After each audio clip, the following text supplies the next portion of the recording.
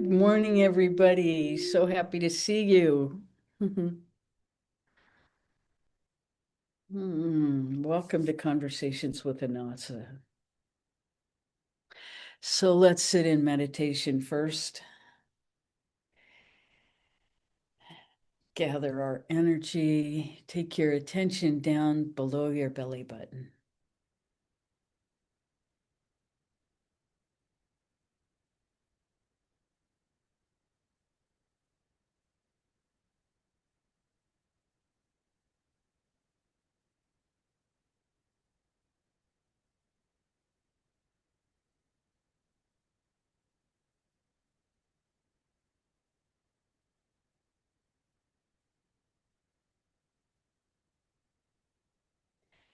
And as you're ready, drop a silver line down to the center of the earth,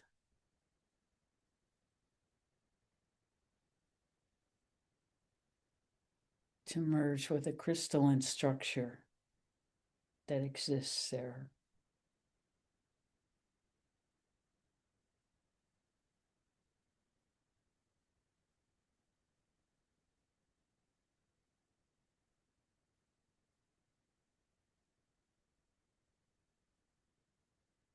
And as you feel into that expansion,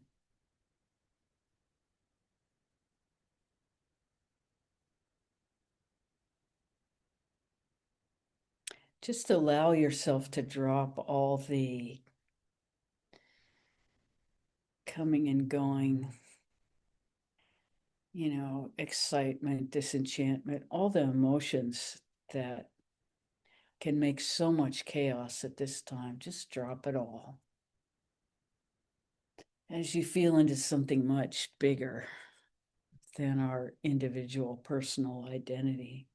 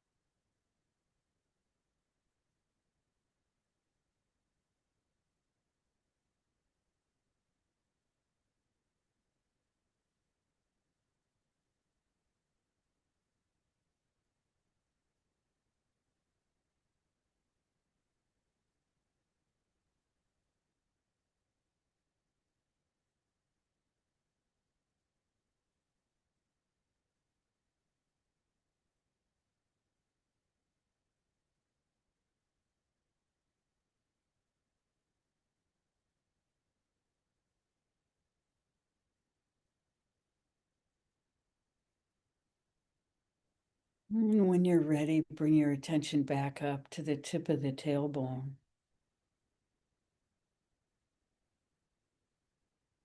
And align your breathing with that motion in the tailbone, feeling it go back on your inhale and forward on the exhale.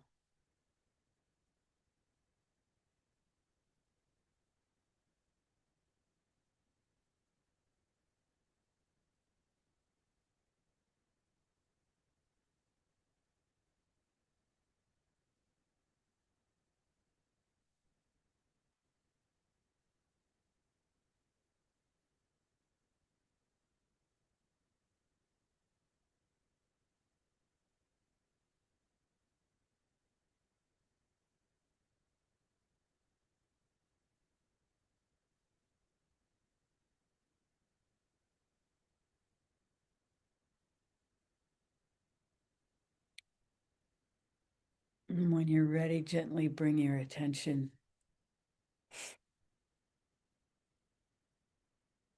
to the womb chakra, which is right above it.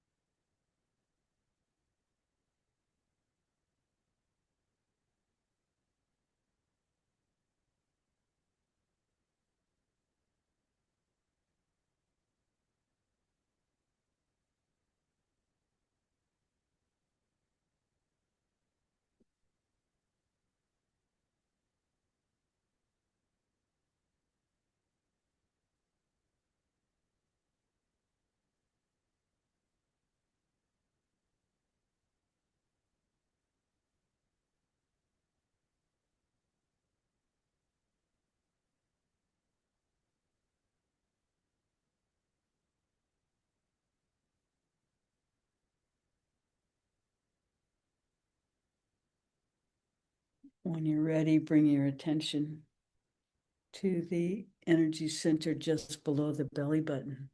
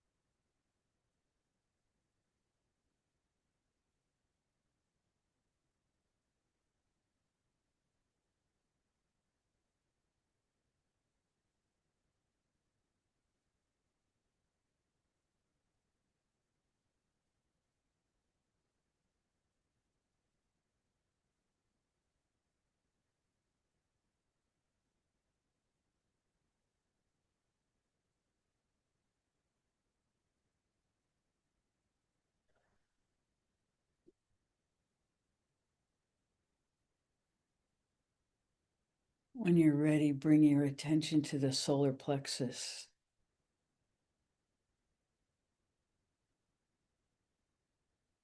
Just at the bottom of the front of the rib cage.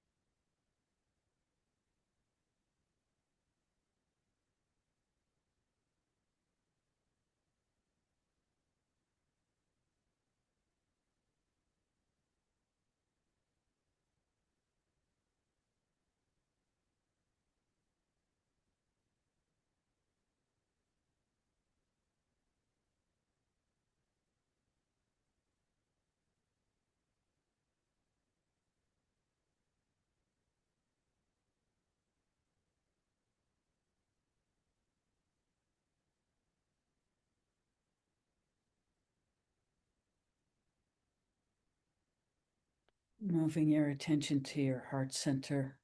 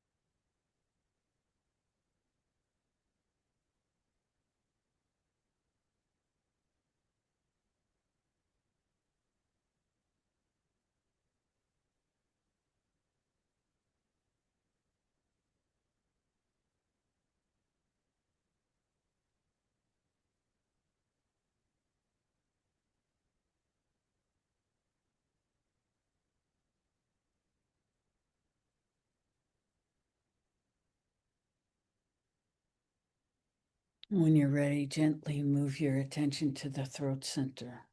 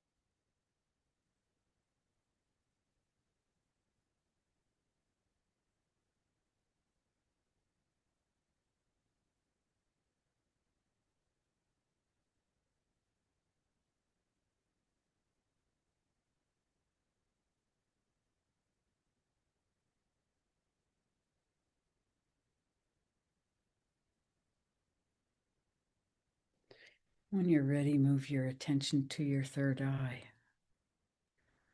up through the roof of the mouth.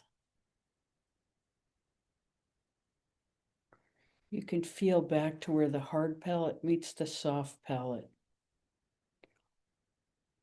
And just above that is the third eye.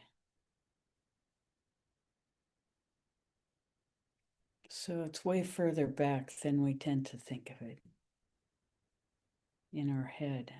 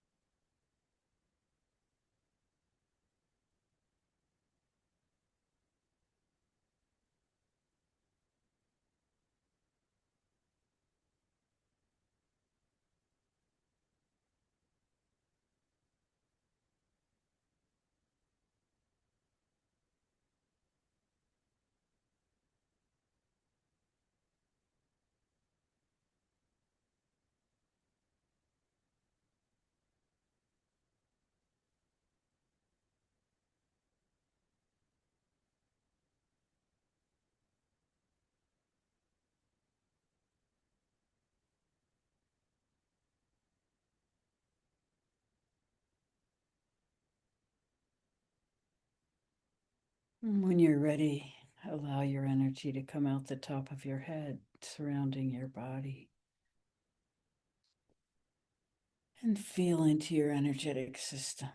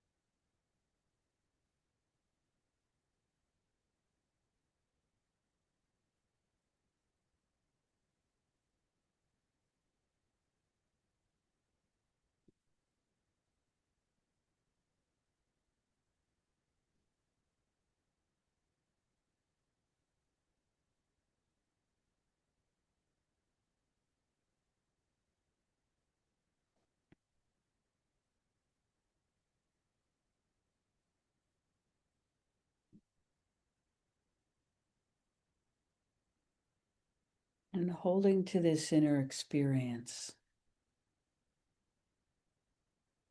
gently open your eyes and allow yourself to be two places at once.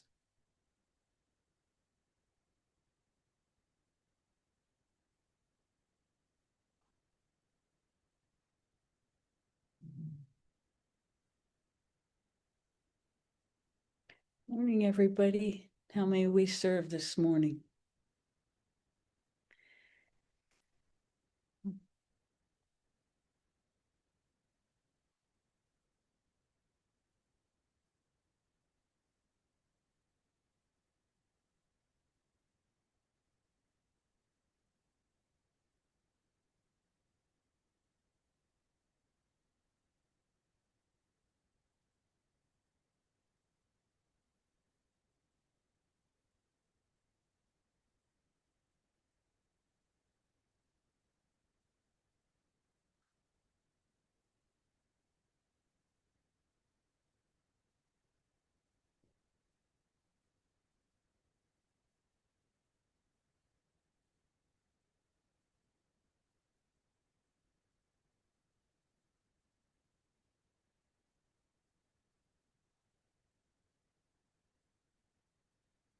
What's up?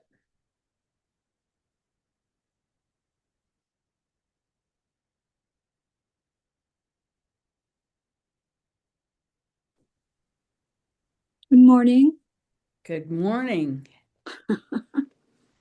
I can feel that full moon this morning or Yeah, now. yeah. What's going on there? So the full moon this morning is in a nakshatra that's called Pusha or Pushyami.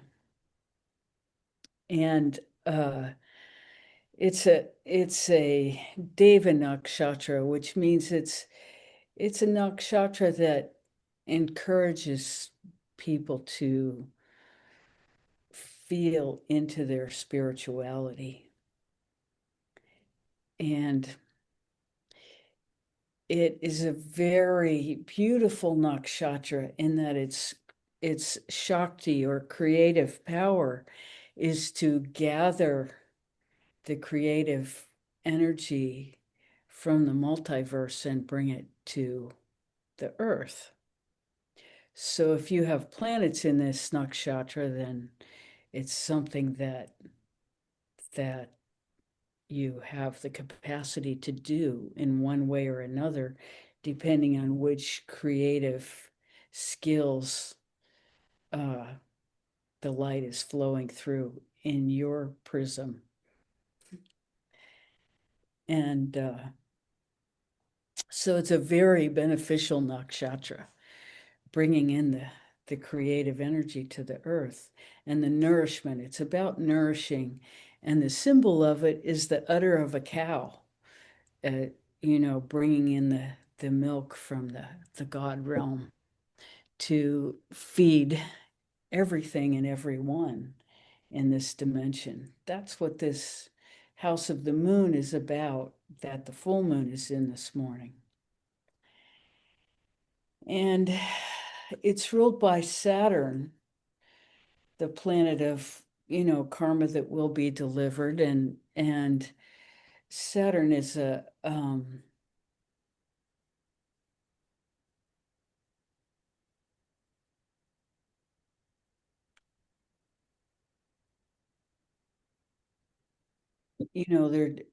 there's something called the Trimurti, the three gods, Brahma, who creates everything, Vishnu, who maintains everything, and Shiva, who dissolves everything.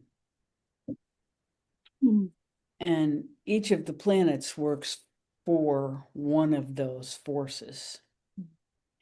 And Saturn, believe it or not, is a maintainer, a sustainer. So Saturn keeps everything going, Hmm. but it also grounds us and can slow things down, delay things, create obstructions. And the karma that will be delivered comes through Saturn.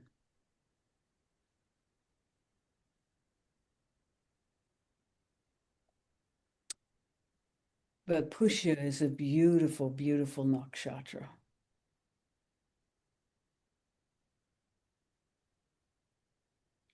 So when the moon comes through there, all of us, our creativity is nourished in this place, whether we have a planet there or not. So that's what's shining through in this full moon. That's quite a lot. Thank you. That is quite a lot. Now, opposing this full moon, there are a whole bunch of planets in Capricorn. So Pushya is in Cancer, which is also moon, that's moon's sign is Cancer. So Cancer's quite lit up today. And it's a water sign, so it's a good day to be in water. Go swimming. Mhm. Good day for that. Huh.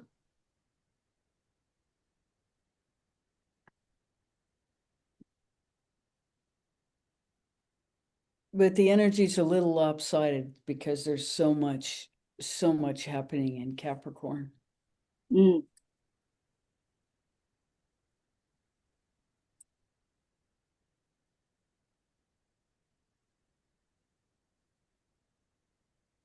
And all of that can make the moon in Cancer a little bit restless. You know, That's what I've been feeling.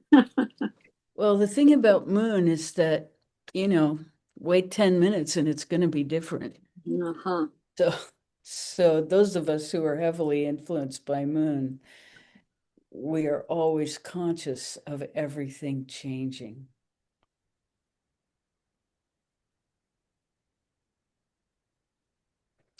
I think that's one of the reasons I was pushed toward astrology, to explain why, I have 6 planets that are heavily influenced by moon. So nothing is the same every 10 minutes inside this being. But when that's all you know, you don't realize how much change there is all the time. Yeah.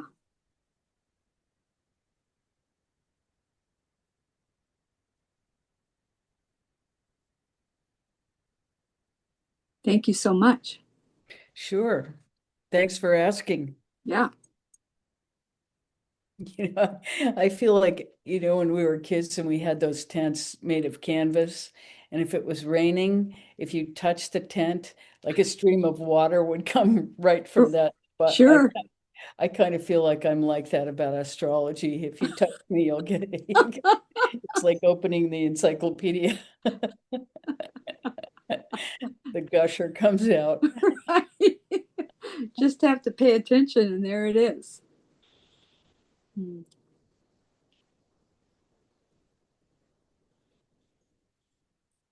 Thank you. Oh, you're so welcome. Thank you for asking. Oh, sure. Yeah. What else? How's it going this morning? What I did notice this morning is that it was, you know, really noticeably light at 7 o'clock. It's still dark at 6:30, but there's light at 7, and that was so nice this morning.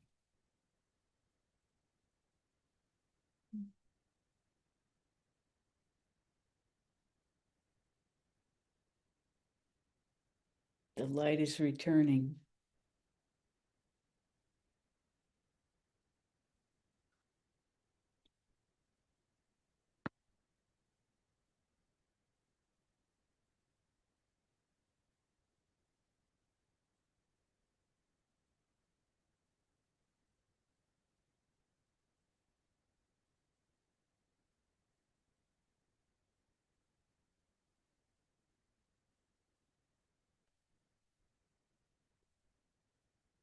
What else?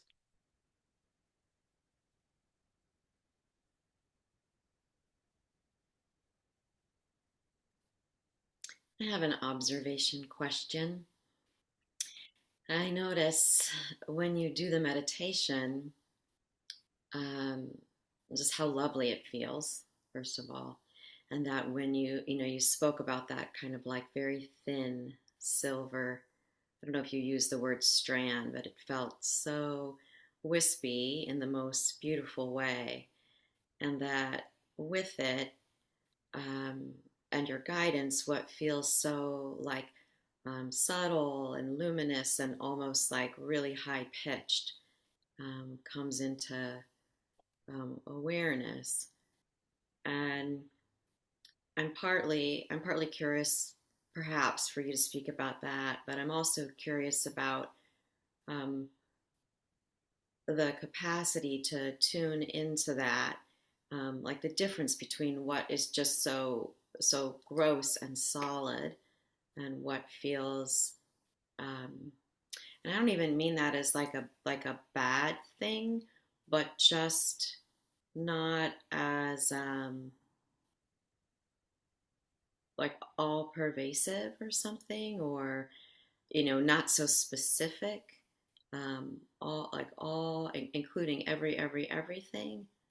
um Yeah, so I don't even know exactly what my question is. I'm just curious what this elicits in you and what you feel and what, yeah, what you might say. Well, to start with, we're going to give you more language for what you're experiencing Mm, so that you can expand it. mm, So the sound, that's the Om sound. And you can allow that to be part of your awareness and tuning into these experiences, the sort of visual sensory experience of that filament of silver light that goes all the way down to uh, the crystalline structure at the center of the earth, tuning into that experience and having some sense of it is uh, it's an opportunity to sort of commit that to memory of your experience so that as soon as you sit down to meditate, you're tuning into that frequency. Doesn't matter which sense you experience through it through the most, it's a frequency. mhm, And because all sensory experience involves frequency. It's just, how dense the frequency is, which of our senses experiences it the most. And so you can use these experiences to tune yourself ever more closely to being able to receive the experience of these frequencies more and more in your daily life so that you're setting yourself, really tuning yourself like a tuning fork to to tune into literally these frequencies so that they can expand and occupy a greater and greater part of our awareness because the whole purpose of meditation is aligning with ever more increasingly refined frequencies. Uh, the gross material frequencies and dense emotional frequencies that we find in our external environment are always going to be present. But allowing ourselves to rise up internally and focus on something different is what makes the difference between really a person who has access to spirit and a person who's stuck in material reality. And so meditation is tuning ourselves to ever finer frequencies and repeating and expanding that experience over time so that as we participate more and more frequently, we have greater access. And as we have greater access, as we cultivate that in ourselves, we actually become those frequencies. We are those frequencies. They get activated in us. And as that happens, we begin sharing it with our environment. It just naturally happens. mhm, And so that's what spiritual growth is. That's us actualizing ourselves as tuning forks that are tuned to ever greater alignment with the spiritual dimensions of what's available to human beings. Is that helpful? mhm. Yeah. And we're at a choice point with humanity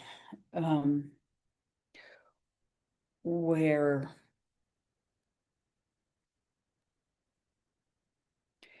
because the electronics have gotten so we'll say available. Those frequencies are so permeating human existence now that there are many human beings who that's their frequency, and they don't ever come out of that frequency. Many people, they spend their whole lives on electronics. And so it's incumbent on us, if we want to maintain our spiritual practice, to recognize that difference. Doesn't mean that we don't participate in the electronics. It means that that's not our only frequency. And we pay attention to how much that field dominates our attention and energy. And so we regulate it some, so that we are continuing to maintain and expand ourselves as energetically aware beings. The energy doesn't need us. We need to put our attention on it. It never abandons us. It's we who abandon our awareness of it.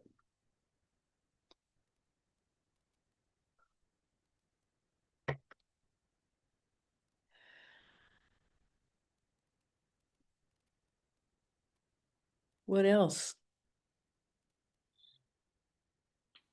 Mhm.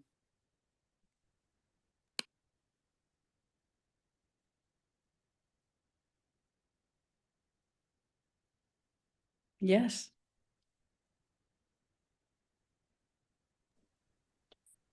Well, we're going to have a little baby come into our Ooh. universe. My niece is going to be having her baby on the 12th of this month. Wow. The first and possibly only child with my nieces. So she's really, really, really wanted this. So How great. I know it's a big deal. Yeah. The 12th, that's soon. Yeah, yeah.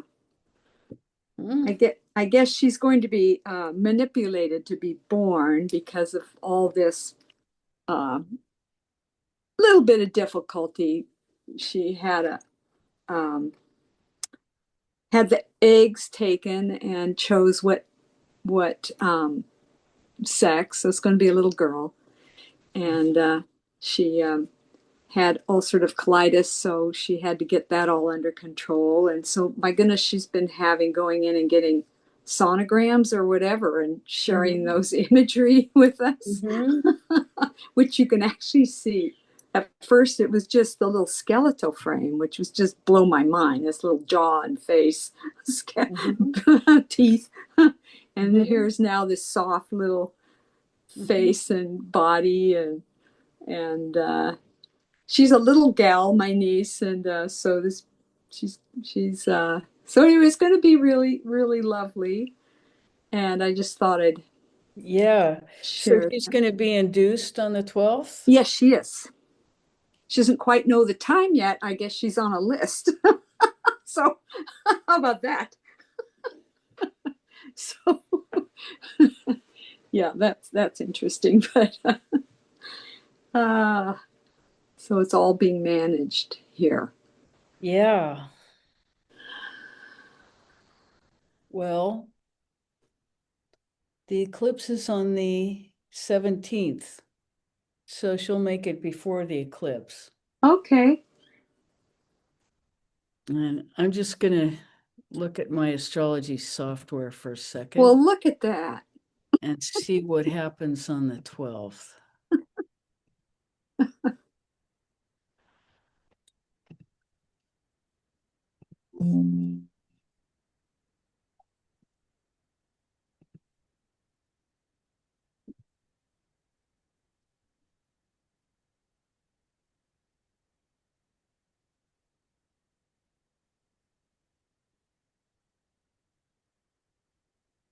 Sorry, it's just going to take me a second here.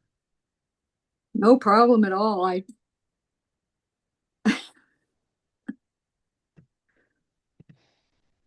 That's great.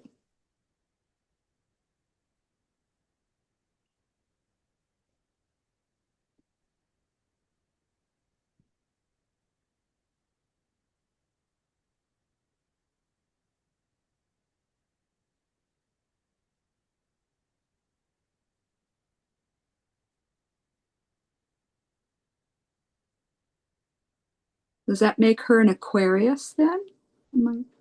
Not necessarily. Uh-huh.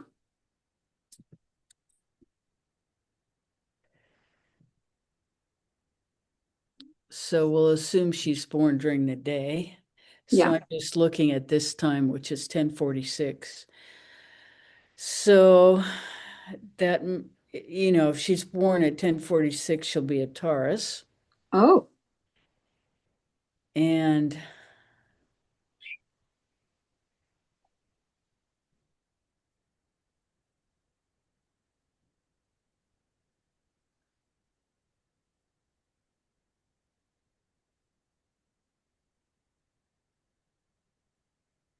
she will be a very powerful little girl. I was just thinking that with the Taurus. Yeah, well, Mars will be exalted, and which makes it very powerful, and it's with Sun, and Sun and Mars are friends. Uh, so that will be very powerful. That's in her ninth house of spirituality. And in the 10th house of career, there's Rahu, Mercury, and Venus, which are all friends. And that will be a lot of power for her. Goodness me. She's going to be a powerful person in the world. And, it depends on what time, where the moon is. But if she's born around 10 or 10:30 in the morning, Mm-hmm. there's an amazing conjunction between Jupiter and moon. That's very nice. That would be great if that happens. But anyway, she's going to be one powerful little girl. She'll be running the show around here. Holy smokes. That's exactly right. That's Well, exactly well, I'm glad I asked. Yeah. Just to have a little inkling. Oh my Yeah. God. Yeah. Okay. So if it could happen in the morning, that would be good. Okay. I don't know if she has a choice, which is kind of odd in that whole regard, but Yeah. that's great. Thank you so much. Oh, you're welcome. I You're had welcome. not even a clue. Hmm. Thank you. Yeah, well, all those other planets are going to be where I said. And what the ascendant is and where the moon are, those are the two things that'll change. Okay. But she'll be quite powerful. Okay. Wow. Okay. Lovely. Thank you. Mm-hmm. That's fun. Yeah, will be. Yeah, really will be. So Yeah, I haven't well, had a little one around since they were little, and they're close to their 40s. So do they live in town? no, they sure do. Oh yeah. Oh, that's great. You'll have They're a lot they're of my access. special girls. They're just lovely, lovely ladies. So And you're going to have a lot of input. yeah, I already have, Mm-hmm. in a loving way, of course. Of And course. they trust I me mean, beyond the well, stars. and they're wise to trust you, and you'll help enormously. I mean, you'll be able to ground everybody in this situation and really keep them positive. Yeah, well, I'll thank you for that reminder. Yes, Yeah. I'll do Yeah. my darndest. Yeah, you'll keep everybody lifted up. Yeah. Mhm. Thank you so much. Oh, you're so welcome. Thanks for sharing. Oh, you're That's welcome. exciting. It's very fun. Yeah. So, your family's had a lot of coming and going in the ethereal plane in the last year or so.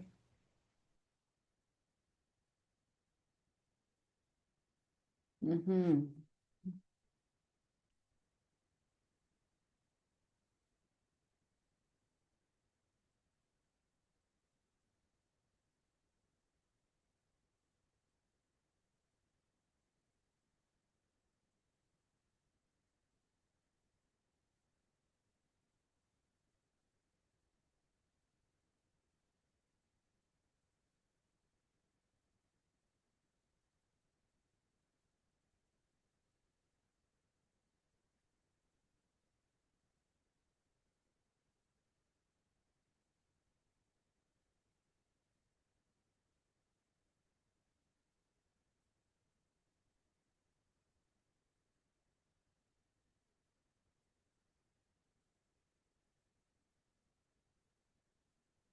Yes.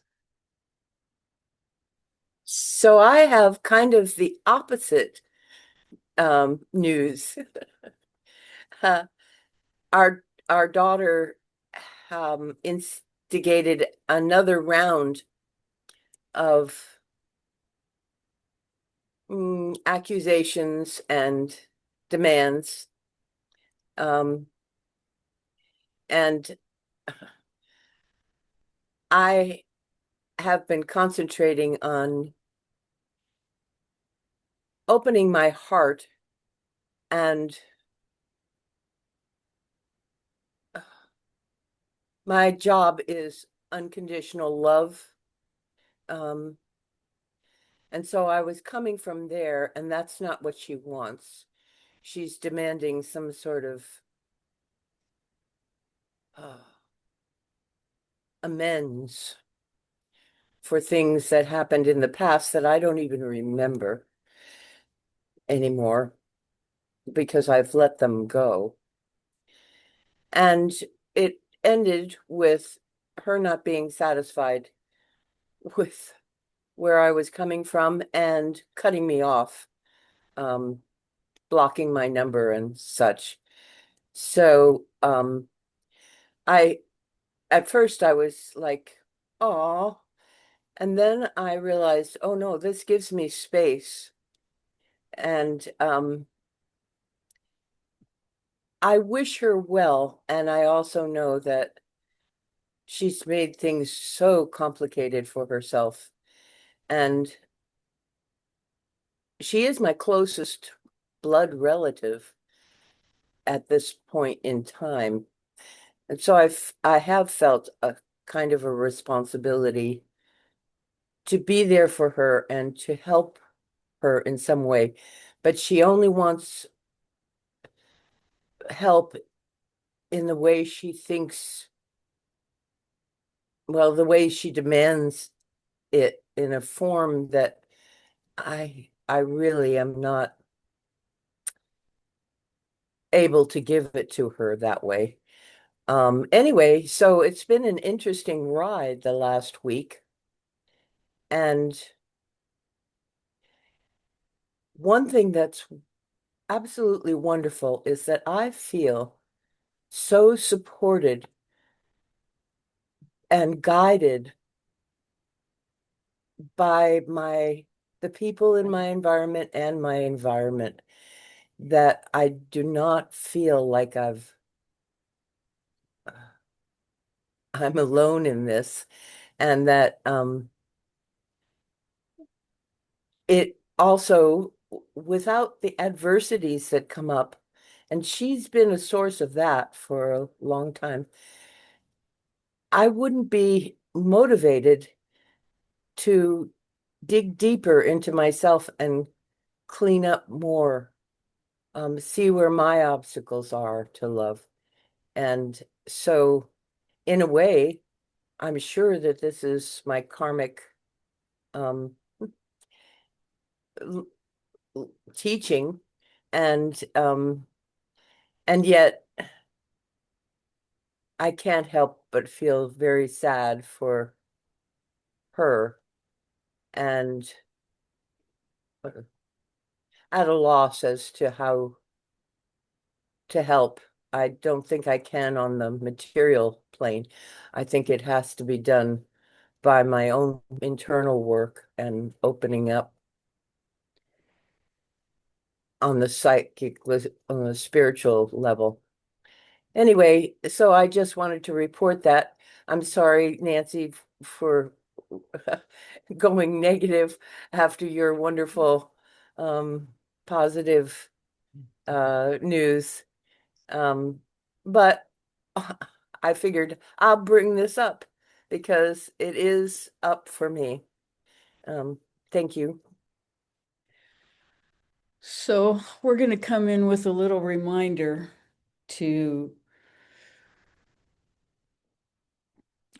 release it all in the Annassa temple. And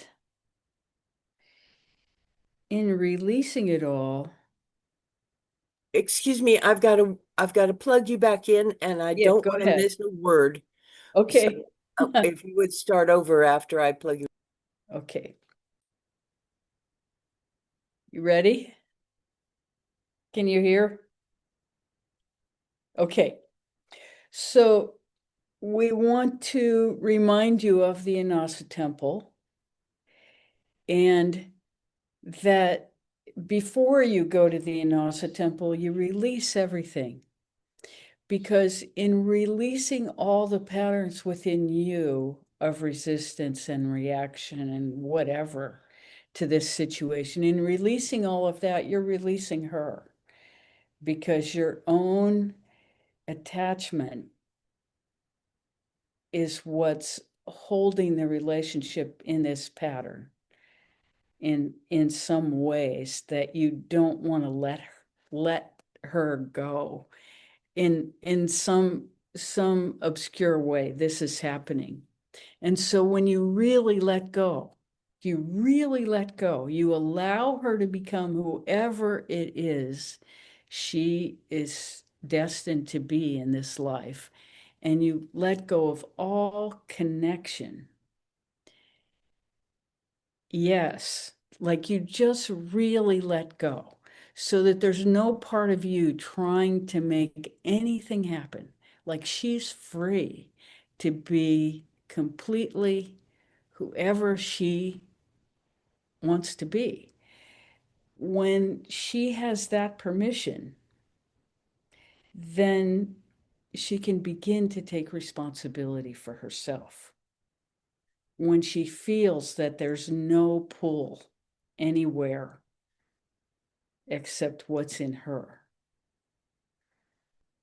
she may be able to behave differently. But holding any expectation, any hope, any connection at all, any feeling of relationship can be a limitation to her, because she has created this obstruction, this view of you as obstruction in her life. And you have nothing, at this point, you have nothing to do with what that is for her. But it's very important that you drop everything, that you just drop everything. You allow that connection, you allow it to completely let go, so that she is free to reorganize and restructure whoever she is outside of your relationship. And you have no expectation that she'll ever come back. And at the same time, no attachment to whether she ever comes back. And you wish her well, so that there's no valence of wanting her to turn out in a certain way, or there's no anything like that in you. You just completely let go, because every time there's some interaction, she loses her sense of self-responsibility and puts it all on you. And so you just have to step out of the way, so that she has to take it all. So you're not available for anything. Yes. And when you do that, there's nothing there for her to react to or relate to. But it's really an extraordinary act of love to withdraw everything at this point.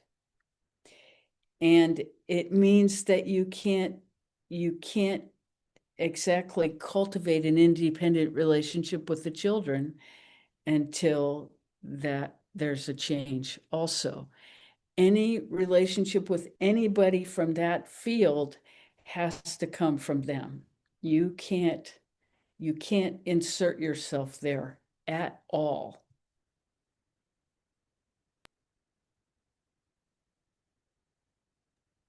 Here it is.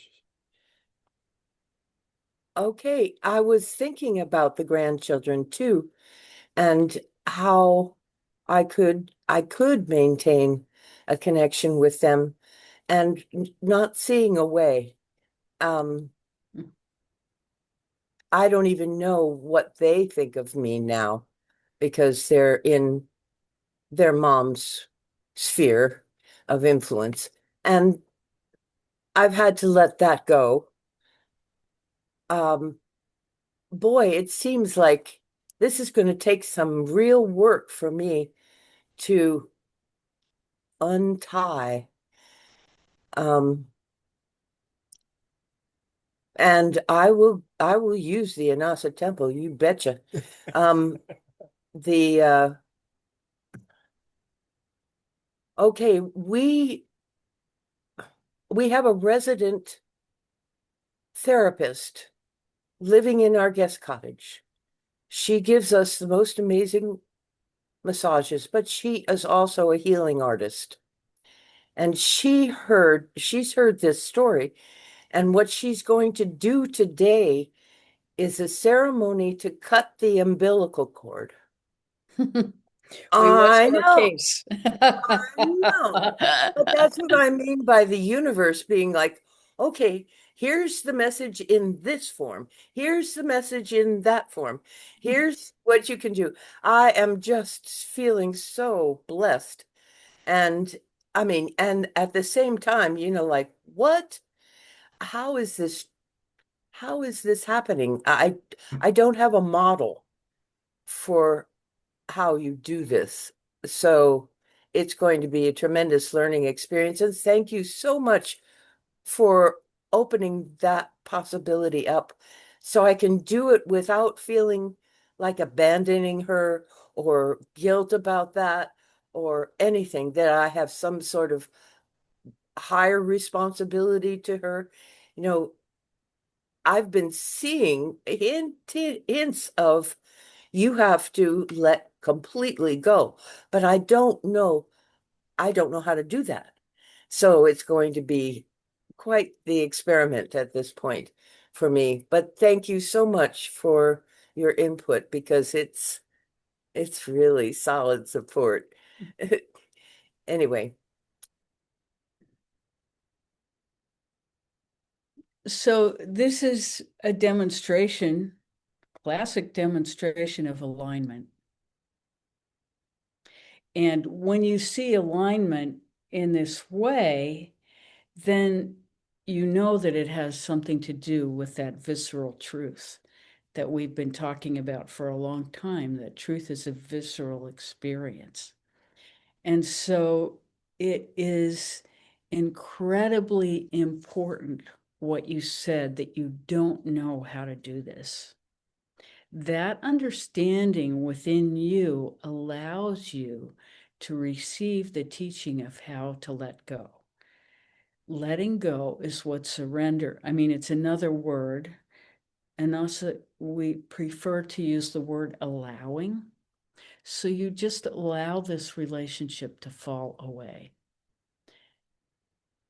You have done everything. You have done everything you can do.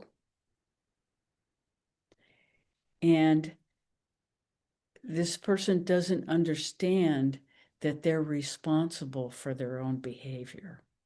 And the only way for them to take responsibility is if there's no one else who will take it. And every time there's an interaction, you attempt to take responsibility, and then they feel like they've been disempowered. And so this is the seesaw you've been on for eternity with this relationship.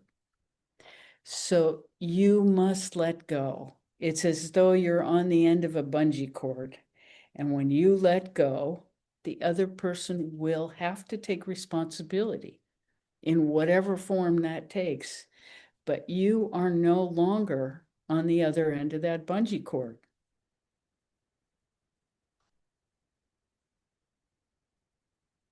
I'm plugging you in again. Hang on.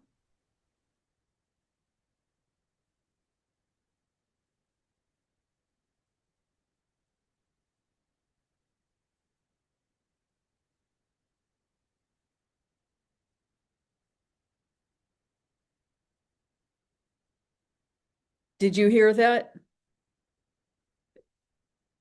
Okay, you heard the whole part about the bungee cord. Yeah, okay. That's all there's been. Nothing more. So go to the Annassa temple, ask for help to allow what's in the highest. That's the end of the sentence. So this isn't about doing, this is about allowing and stepping out of the way. And sometimes this is the greatest gift we can give to another person, is to give them their life energy and completely divest ourselves of any input. Because it doesn't matter what your intention is, that energy only goes one place in this structure. And so you can't participate in that, in the poison. Simple as that. Yeah. So you are withdrawing your investment in all ways. And it's best to assume that it's not temporary. Allow it to be whatever it is. Because it never comes back to you in a form that's you can do anything with. So it's time. Divest yourself. Which means allowing all the patterns, all the habits of relationship to just completely flow out of you. Because there's a certain point where you just have to cut it off. And understand that that's in the other person's highest best to unplug all the attachments to you. Just unplug it all. This is why cutting the umbilical cord is a very clear act of completely cutting off the nourishment that turns into poison. Doesn't matter what your intention is. So you just let go of it all. And when the energetic connection withers because of lack of input, which means, you stop thinking about this person. Yes, you let go. That's what letting go means. No energy goes in that direction. So it will take some practice and some help. Yeah. So you are right in saying you don't have any idea how to do this, because you've done the opposite your whole life, because you felt responsible. And you were until you're not. You're no longer responsible. Drop it. And so dropping it means dropping it.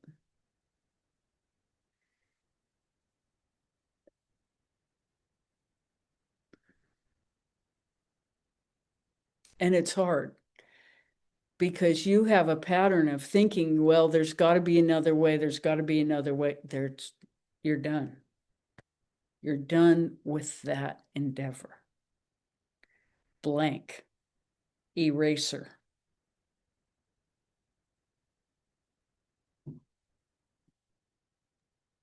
Even though I don't know how to do this, and I can't even imagine how it's going to work, there's a certain well, there's freedom around the corner. I can feel it coming. So I am definitely motivated to do this particular work. I mean, she's been my daughter for 57 years now. And that's 57 years of trying my darndest since the minute she was born to make things okay for her in her world, because they haven't been. Um, anyway, so yay. Thank you so much.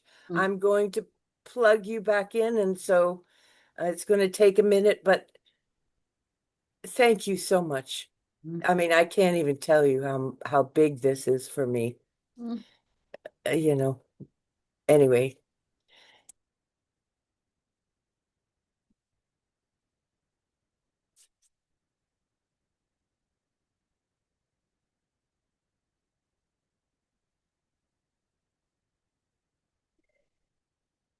Yeah, allowing things and people to leave, especially close people, blood. It's hard,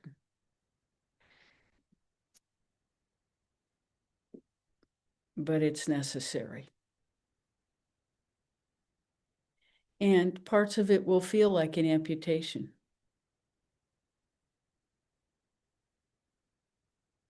That's okay to acknowledge that these things are painful. But it's so critical that you do it. And you're right that there is a sense of freedom. And the thing to guard is don't punish yourself for any of it.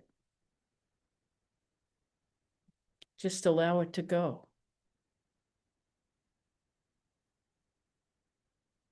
Understanding that in letting go of the rope, that there is the energy freed up for that person to make a change.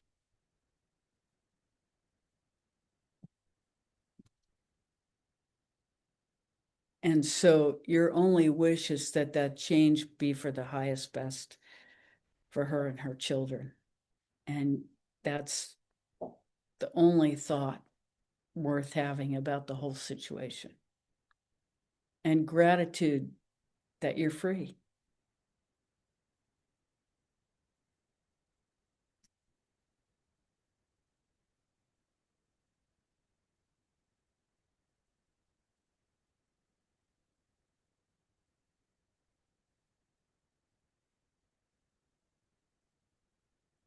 And gratitude for the synchronization of the validation of that path as the way forward.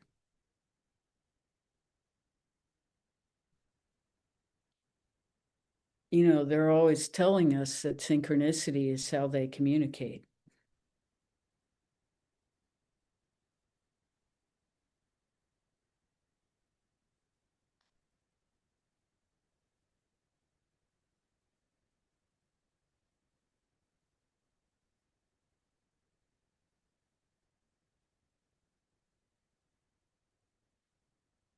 What else?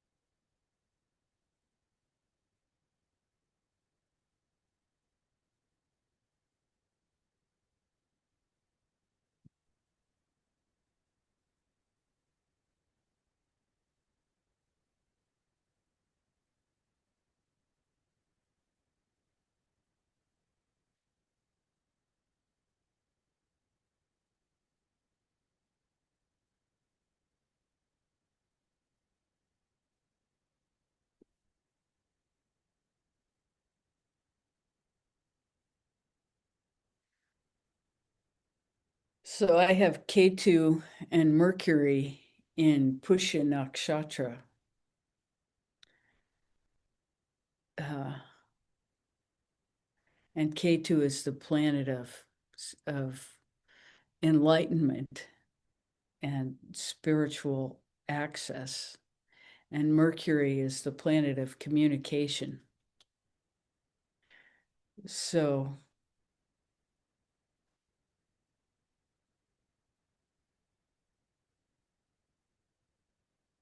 that explains something about the day.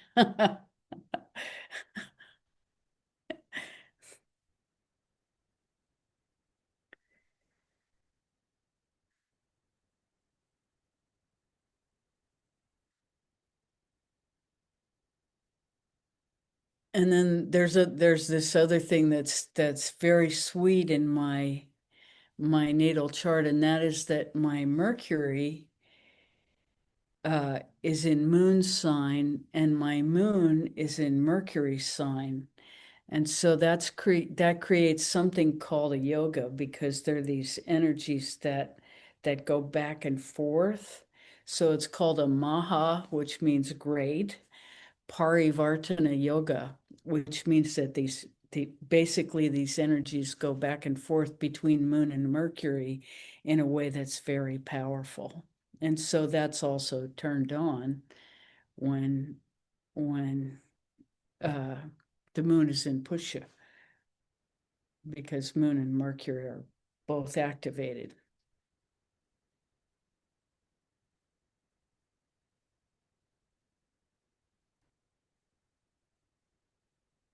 And we all have things like this in our natal chart that it's helpful to know about.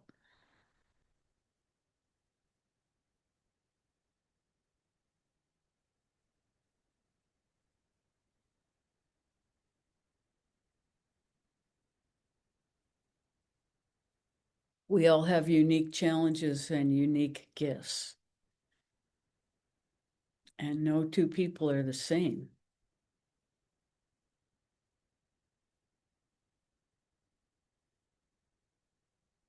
How lucky is that? Nobody has the same trajectory we do.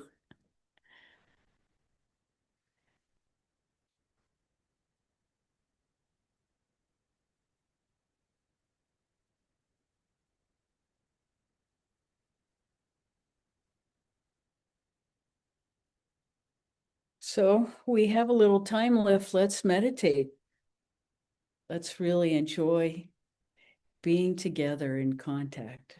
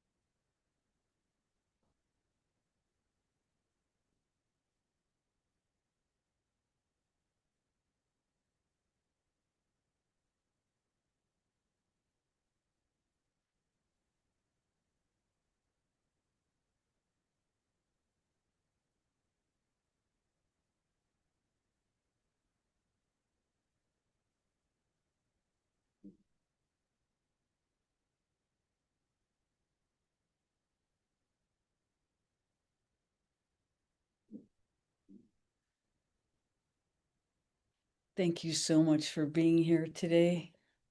It's such a gift to be with you, such a joy to share in this beautiful, beautiful energy. Thank you so much for coming. Bye for now. So much love.